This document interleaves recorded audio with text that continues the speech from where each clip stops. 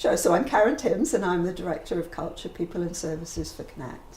Yeah, well, my job is to essentially is to oversee the day-to-day running of our organisation and the services we provide and the people who provide it. And I think the most important part of my job is to make sure that we're doing it in the way that matters to us, which is consistent with the culture and the life redesign model that we've developed. Well, I think life redesign is really about life and how we respond to it and what we do with the situations that come our way. And some of those situations are positive, and some of them are not so much. And I think it's to do with the choices we make around, well, what do we do with those circumstances when they happen, and how do we do it, and who supports us in doing it. And I think that there are some awful things that happen to people, and brain injury is just one example of that. And but it is a life altering experience, and an experience not of the whole self. So not just physically, but who am I? Who do I think I am in this skin? And when that changes, it kind of means that you've got to rethink your future and look ahead and reevaluate and redesign in a way that I think is optimistic and positive, and that you can have a meaningful and fulfilling life within the context of this thing that has now happened to you. And I think the model that we developed around life redesign is to really try and develop a way of working with and supporting people that allows that process to happen. Absolutely. I think the individual story is at the heart of the life redesign model. I think it's about people working with people, and people knowing people and having a relationship and interacting with each other.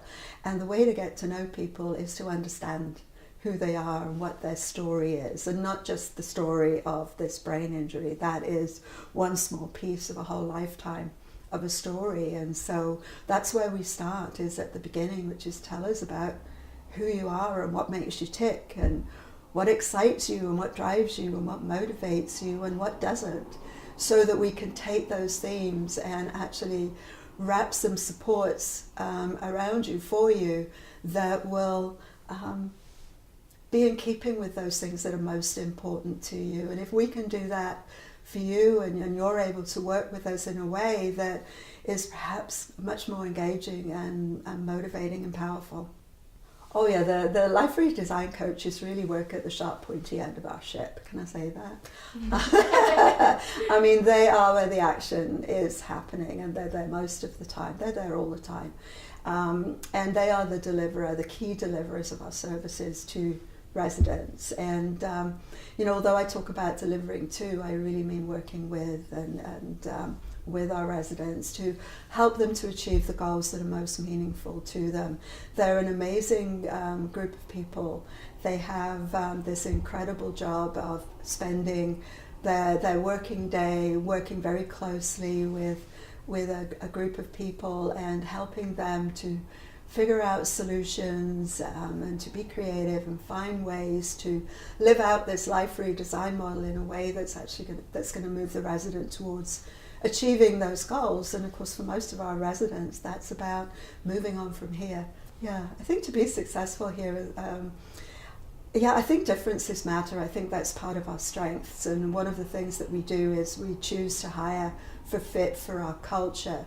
But if I was to try and kind of distill it down, I would say it takes a little bit of all sorts. If you're highly introvert, this probably isn't the best environment. But I think generally speaking, if you have a positive outlook on life, if you see problems as opportunities to create and look for solutions, if you have a sense of fun, helps for sure.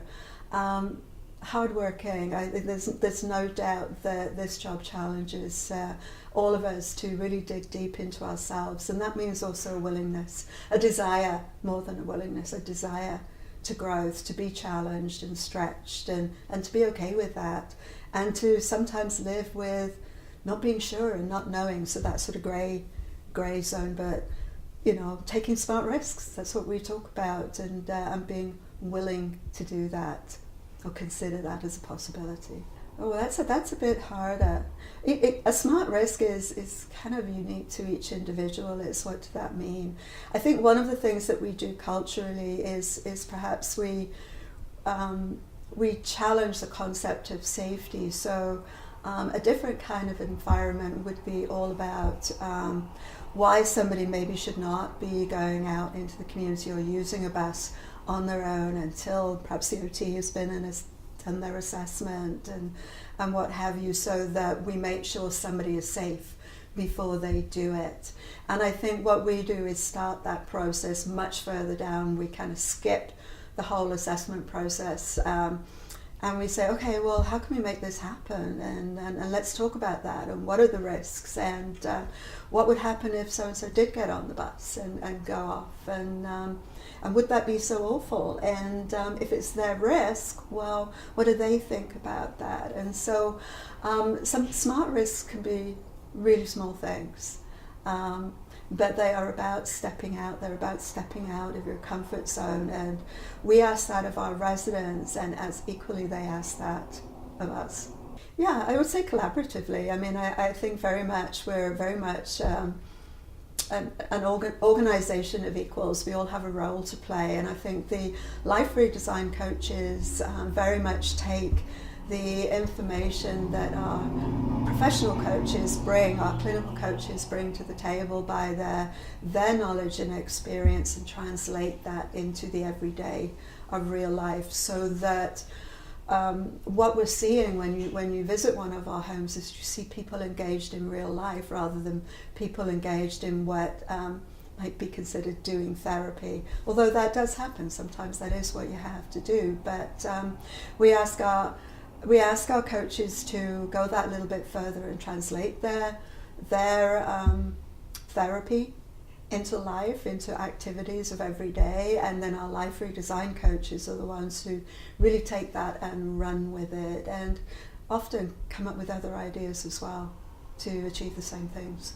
I think hopefully they're involved in it right the way through. I mean, we're very much a person-centered approach. Our model is based on a person-centered approach, and right from the get-go, it's about what does the individual want from their experience at Connect, and understanding why that's important to them, understanding what will get in the way of them achieving that, and really getting down to, well, what can they do, or what can we do collectively to help them to get what they want.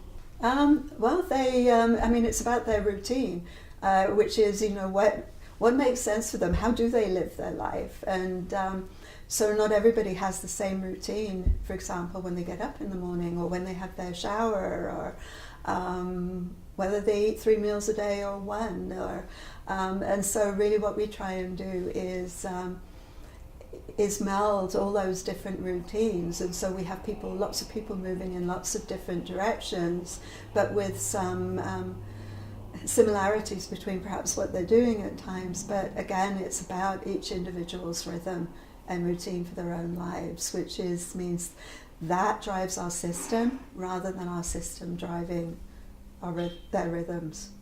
For me personally, I hate being told what to do. I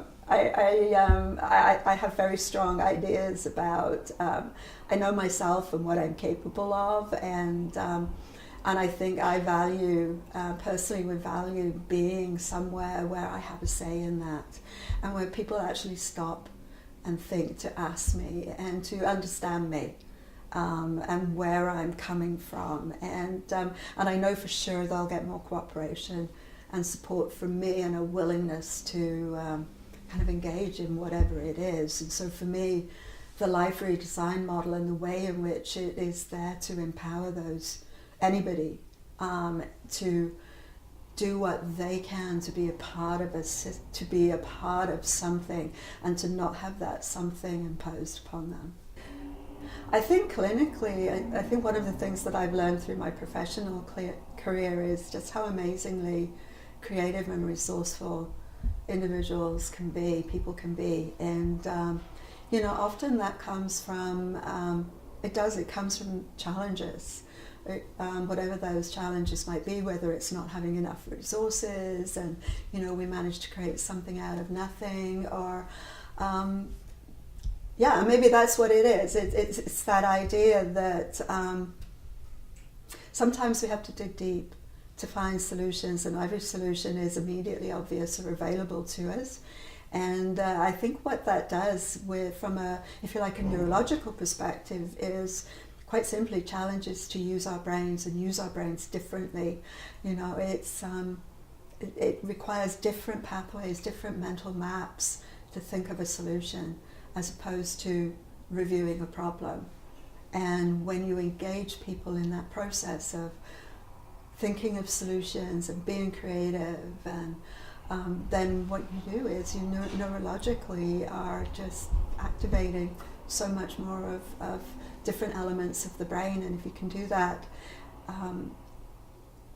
as many moments throughout a day as you possibly can, then I think it's a very strong and powerful way of leveraging the brain's ability to find new ways for itself and remap itself.